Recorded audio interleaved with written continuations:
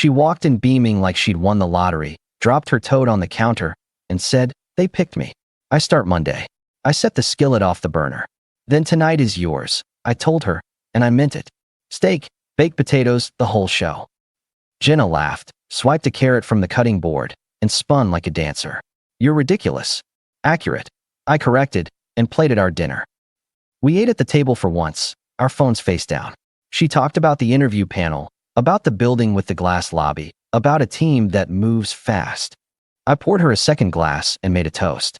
"To your first day," I said, "and to the last time you're this nervous." If I had known it was also the last time I'd see her smile just for me, I would have made a bigger toast. Monday came. She left early, eyes bright, blazer still with that store crease in the sleeves. I texted at lunch, "You got this." She sent back a thumbs up. After work, I waited with takeout and a dumb grin. She came home late, said there'd been a push, dumped her toad on a chair, and went straight to the shower. "How was it?" I asked through the door. "Good," she called. "Busy. Busy good." "Water ran." "Yeah, good." That was the first wobble. Nothing dramatic. Just a word that didn't reach me. Next days, she slipped into a new routine like a borrowed coat. Early in, late out. The tote grew heavier with binders.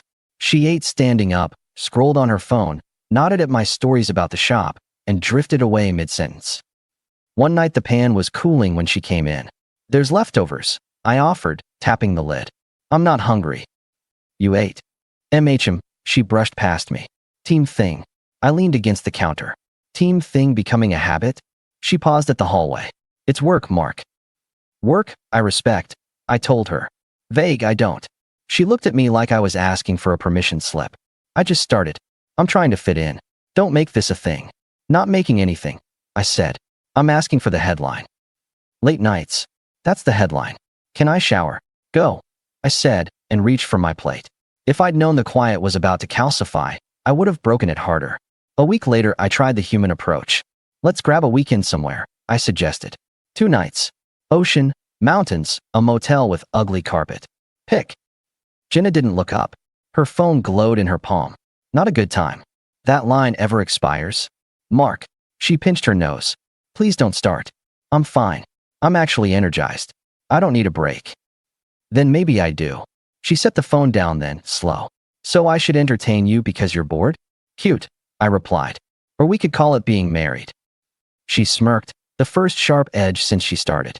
"You can go with your buddies. I won't stop you." "Copy that," I said, and let it land. If she was going to live like a roommate, I could do precision roommate too. I adjusted without drama. Dinner stopped waiting. I ate when I was hungry, put hers in the fridge with a note. I kept our joint calendar clear of anything labeled romantic, because I don't set tables for ghosts. When she got home late, I was sometimes at a basketball game with Dave, or at the shop catching up on invoices, or on the patio with a cigar and a radio game, volume low. I didn't comment. I didn't chase. I just slid my time back to where it paid. The first team event was a Thursday. She texted at 6, running late. "Don't wait up." I responded with a single word, "Noted." I wasn't trying to be cool. I was marking a boundary. "I hear you. I'm pivoting. I'm not negotiating." The next morning, she set a to-go cup next to my keys. "Coffee," she offered. "Sorry about last night." I took the cup, lifted an eyebrow. "That an apology or a weather report?" "Both." She tried to smile. "I'll make it up to you." "Friday?" "I'll cook." "That'll be a first, but sure." Friday came. At 6, an empty stove. At 7, another text, emergency push. "Sorry. Don't be mad." I stared at the screen, took a breath, and typed, "All good. I'm out with Dave. See you later." Dave studied me over a basket of wings. "You good?" "Define good." He wiped his fingers. "You've been talking to the side of her head for 2 weeks. When does that stop being patience and start being you training her you're optional?" I snorted. "And this is why you're single." "It's also why I sleep well," he shot back. "Look, man, if she's building a life that doesn't include you, help her finish the construction. Don't bring her water." Miguel, across the table, tapped his glass. "Mark, you're steady." Steady can turn into background music. Turn down the volume. Make her notice the silence. "I already did," I said, and I meant it. I went home, cleared my Saturday for me, not for us, and started a new ritual. I stopped waiting at the door. The following week, I split our budget line items. Groceries, mortgage, utilities stayed joint. Dinners out, subscriptions, gifts, all got separate cards. I told her at breakfast. Why? She buttered toast without looking up. Because I won't fund placeholders, I answered. If we plan a dinner, I'll pay for dinner. If we don't, I won't guess. Sounds petty. Sounds precise, I countered. I like precise. She shook her head. I don't get this new vibe. It's not new, I said. It's what you get when I match reality. She picked up her phone, put it down, picked it up again. I was thinking, Jenna added, lighter now. Maybe next week we do a movie? I can pick up Ty. There it was, the soft step back onto the rug. I nodded. Pick the night. Put it on the calendar. Wednesday. Done. Wednesday, another push. She texted at 5:50. Rain check? Big client. I looked at the message until the dot stopped, then slid my phone into my pocket and went to the gym. The soft step was just that, soft. It didn't carry weight. 2 days later, she announced casually, there's a company thing next month. Big one. All hands. You should come. I glanced over the morning paper. You want me there, or they want optics? She rolled her eyes. It's a +1. You're my husband. Sometimes I need reminding. I deadpanned. Send me the details. She did, with a little heart next to the calendar invite. That was new. I accepted, and I didn't pretend it meant much. Still, I was open to being wrong. By the time the party rolled up on us, we were living like two tenants with different schedules. Our conversations were bullet points, bills, trash day, the dog next door barking at 2 a.m. We had become efficient and empty. A week before the event, I drew a line, in public, on purpose. Jenna walked into the shop on a Saturday, surprisingly early, hair up, totes slung. Dave was at the counter, turning an invoice around. You're actually here, she said. I need the SUV Sunday. There's a team hike. We're taking that car to a client pickup, I replied, wiping my hands. I'm using it. She frowned at Dave. Can he grab it later? Dave looked at me, then her. I read the play. Default to her schedule, adjust mine. That rule has expired. The SUV's booked, I told her, firm but easy. You can take my truck if you want, or use a rideshare. She laughed once. Your truck? No. Then figure out the ride, I said. I'm not changing my work for your hobby. Hobby. Dave cleared his throat. We can load the compressor now, Mark. Yeah. I answered, not moving my eyes off Jenna. We can. She held my stare a second too long. Whatever. I'll manage. Good, I said, and went to the back. That was the first public boundary. I didn't shout. I adjusted logistics and let the consequence stick. Sunday night, she arrived home with burrs on her socks, and that team high. I was oil-stained, tired, content. We passed in the hallway like neighbors. On the night of the event, I wore a navy suit that fit and a tie that didn't try too hard. Jenna came out of the bedroom in a sleek dress I hadn't seen before. It looked expensive. She didn't ask my opinion. I didn't offer one. We drove downtown in silence, streetlights cutting the windshield. In the lobby, music and chatter bounced off glass. Stick close, or roam? I asked out of courtesy. She scanned the room like security. Do your thing, she said, already half a step toward a cluster of people. Got it, I murmured. I went to the bar, ordered club soda, and took a read. I ended up next to a woman with an amused expression and a name tag that read Olivia Ryan, product. She eyed my empty ring finger out of habit, then glanced again when she saw the band. You look like you'd rather be changing a tire, Olivia noted, sipping water. I own a shop, I told her. You're close. Explains the forearms, she replied, not flirting so much as clocking facts. I'm Olivia. You with someone here, or just collecting motivational quotes? Mark. And I'm here with my wife, I said, tipping my head toward a far group where Jenna hovered near a tall, polished man everyone else seemed to orbit. Ah, Olivia said. Then you're not collecting quotes. You're on display. I'm not much for displays. Me neither. She looked straight at me. I'm guessing you didn't get the how to blend in deck. I missed that meeting, I said. What's the over-under on small talk before I do something honest? 10 minutes, she smiled. But you can push it to 8. We fell into a run of dry, useful talk. Jobs, neighborhoods, how early you need to get to the farmer's market to avoid the line. Nothing heavy, but with an ease I hadn't felt in months. I caught myself laughing. Olivia noticed. Sounds like you haven't laughed in a while, she said. I've been busy being supportive, I replied. Of what? Of someone else's life. That gets old, she said, like she was reading off a lab result. After half an hour, the tall man broke off from his circle and made his way toward us. He had the haircut you get from a salon that uses the word atelier. He stuck his hand out before he reached us. "You must be Mark," he said, smiling like the room belonged to him. "I'm Carter." He didn't say his last name. He didn't need to. I shook his hand and didn't do the extra squeeze men do when they're trying to measure each other. I just shook and let go. "Olivia," he added with something like fond tolerance. "Can I steal your guest of a guest?" Olivia's mouth twitched. "I'm not his handler." Carter's eyes flicked to the ring on my hand, then to Jenna, who hovered behind his shoulder like she wanted to be in his shadow. He gestured toward the view. "So, Mark," he said, "what do you do?" "Auto repair." I didn't add anything. He waited for elaboration. I let silence answer. "Right?"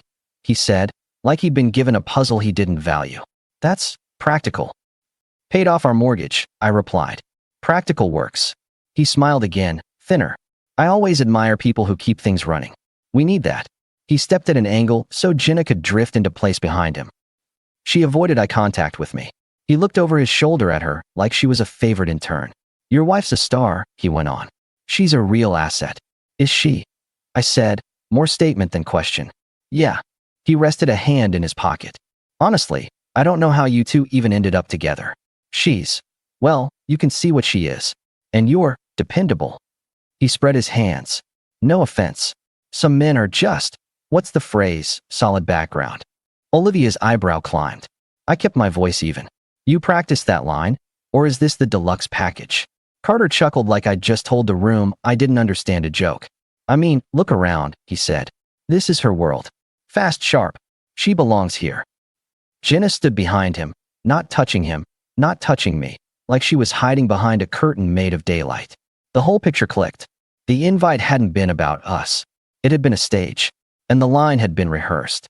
I took a beat long enough for Olivia to shift her weight. Carter mistook the pause for victory and leaned in, friendly menacing. "You did good marrying up," he added, light as sugar. Olivia spoke first, faster than I could. "I disagree," she said calmly. "He didn't marry up. He settled down. Big difference." She tilted her head at me. "You deserve better, Mark." The edges of the room came back into focus. "Do I?" I said, feeling clarity like cold water. "Well," and I turned to her. "How about dinner?" Olivia didn't blink. "Thought you'd never ask." I looked at Carter and finally met Jenna's eyes past his shoulder. "We're going to step out," I told him. "You enjoy your asset." I took Olivia's hand. We walked across the floor like people leaving a movie halfway through because they've seen enough. We didn't hurry. No one stopped us. Jenna didn't follow. Carter said something to someone that made them laugh. I did not look back. In the car, I buckled in and sat for a second. "Thank you," I said. "For what?" Olivia adjusted the seat like she lived there. "For keeping me from saying something I'd replay for a year." She looked at me, not smiling. "I wasn't protecting you," she said. "I was being honest. You deserve a woman who treats you like a choice, not storage." "Noted," I answered. Food. We drove to a place with decent lighting and bad acoustic panels. We ordered simple. We talked like normal people, which felt like a luxury item. She told me about her brother who calls every Sunday, about the old Volvo she keeps alive out of spite. I told her about the shop, about the night I slept there because a storm rolled in and I didn't trust the roof. She laughed, not at me, but at the picture. Halfway through dessert, Jenna and Carter walked in. I saw them before they saw us. I put my fork down. Olivia's eyes flicked to the door. "You okay?" she asked. "I'm fine," I replied, and I was steady, like when you've already decided to sell the house and you're just waiting for the closing date. They spotted us. Jenna's mouth opened.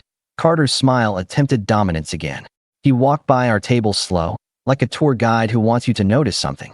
"Couldn't get enough of the team," he said, as if he were funny. "Small town, huh?" "Smaller than your filter," I answered. He grinned. "Man of the people. I respect that." "Run along, Carter," Olivia told him, her voice low. "We're good here." He glanced at her name tag from the party still clipped to her clutch. He processed that she was his employee and decided to be clever. "Networking pays," he said, and wandered on. Jenna didn't speak. She stared at me like I was borrowing her jacket without asking. I held her eyes 1 second. Then Olivia lifted the check. "Ready?" she asked. "Yeah," I answered. "Let's go." We went back to her place. in the sense that I walked her to her door, and we sat on her couch with coffee and told the truth like adults. She didn't make it complicated. Neither did I. She was clear about wanting to see me again. I was clear about what had to happen first. No overlap, I told her. I don't build new on top of old rot. She nodded. Don't take a year, Olivia said. I won't wait a year. A month, I replied. At most. Good, she said. Text me when you sleep. Morning sunlight showed me the time, and the clarity stayed. I drove home. Jenna was at the kitchen island, hands around a mug like it was evidence. You stayed out, she said. I did. With who? Someone who looked me in the eye. You have a wife, she snapped. You had a husband, I replied.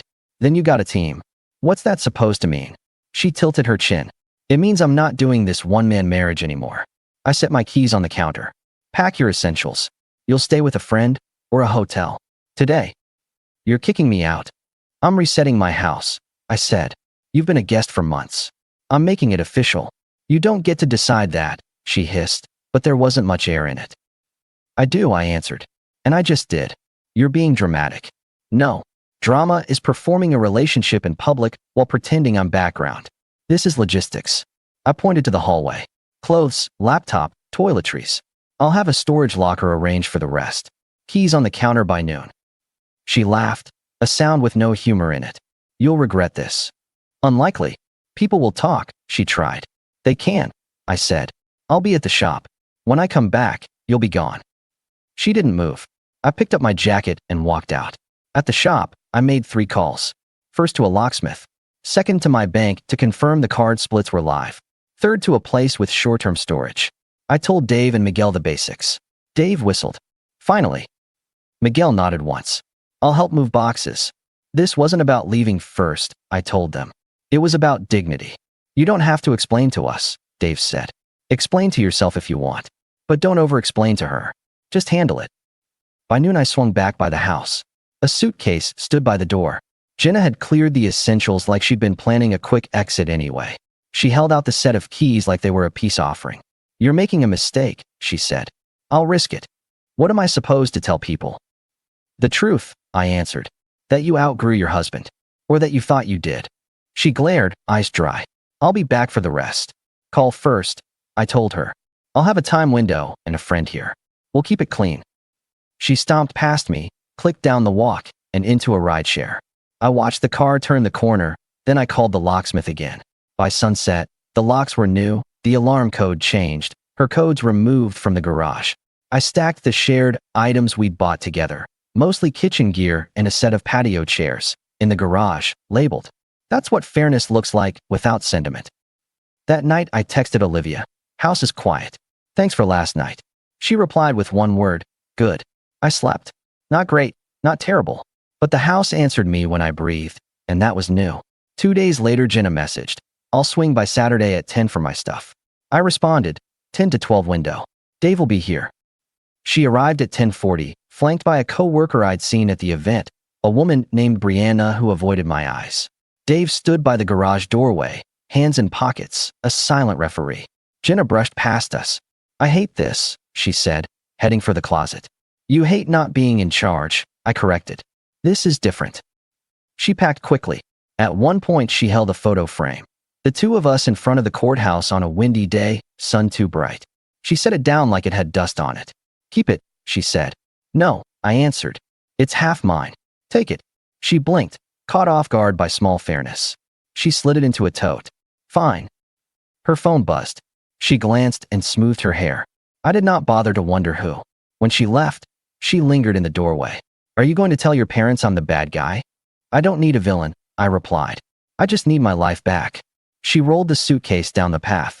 Brianna didn't say goodbye. That afternoon I met Dave and Miguel at a bar with sticky tables. We didn't toast to anything. We sat, and the air felt lighter. So what now? Miguel asked. Now, I said, I live like the place is mine. I work.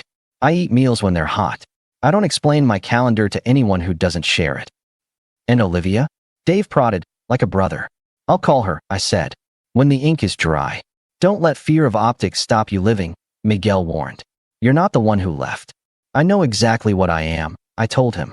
I'm a man who watched his wife walk herself out and held the door. Weeks have a way of moving when you aren't dragging them.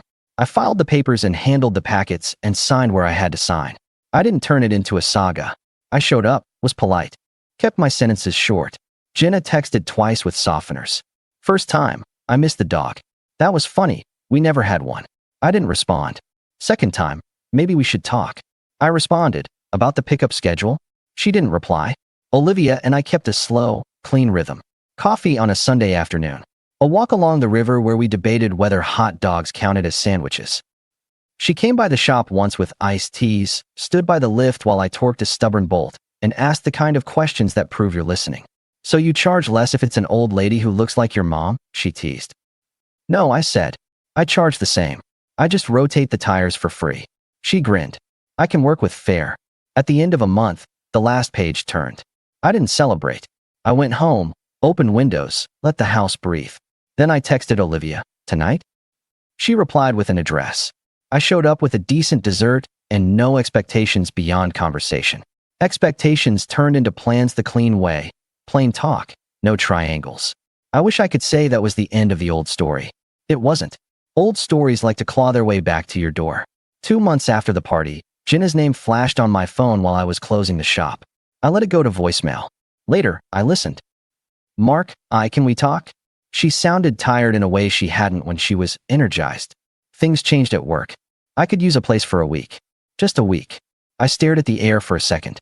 Then I called back because I prefer people here than no live. What's up? I asked when she answered. Hi. She took a breath. They didn't renew my contract. New leadership. She tried to make it sound like a weather event.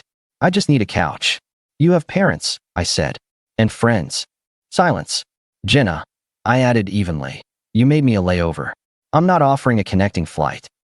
I didn't, she stopped. You're being cruel. I'm being consistent, I replied. The house is not an emergency plan. Not for you. You're different, she said, a little wonder, a little contempt. No, I told her. I finally matched my situation. Good luck.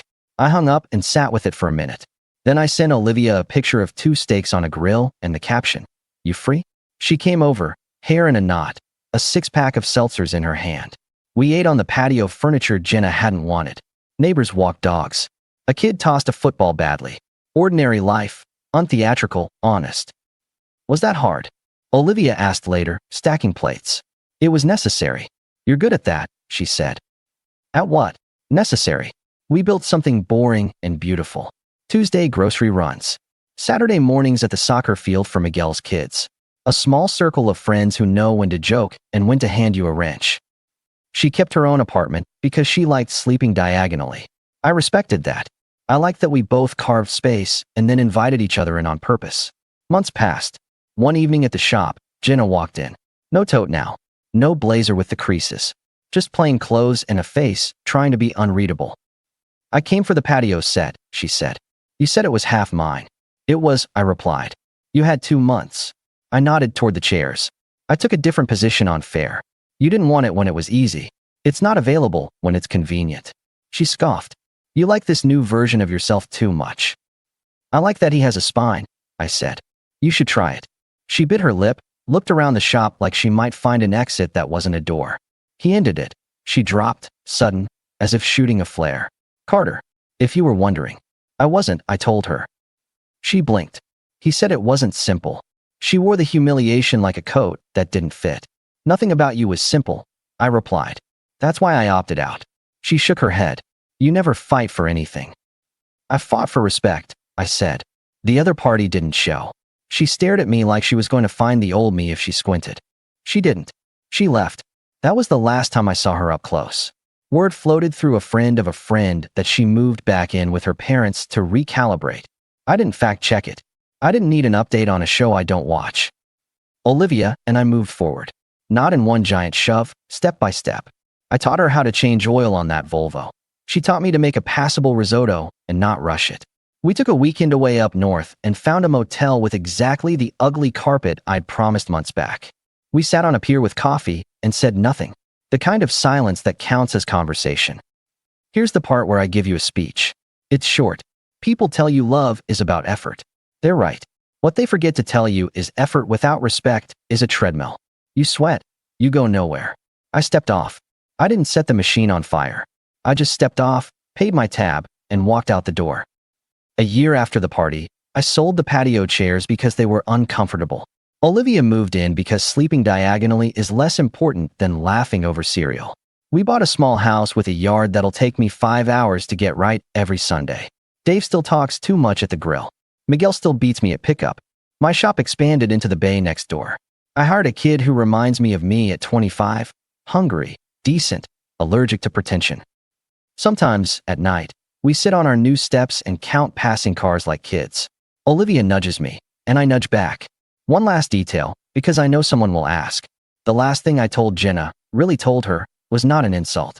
It was a sentence she needed to hear, and I needed to say. When she stood in my kitchen that morning, angry I'd come home at sunrise, accusing me of what she'd been practicing quietly, I could have given her a speech. I didn't. I gave her a policy. This house runs on respect, I told her. You stopped paying the bill. Service is discontinued. She insisted I'd regret it. I haven't. I upgraded the plan.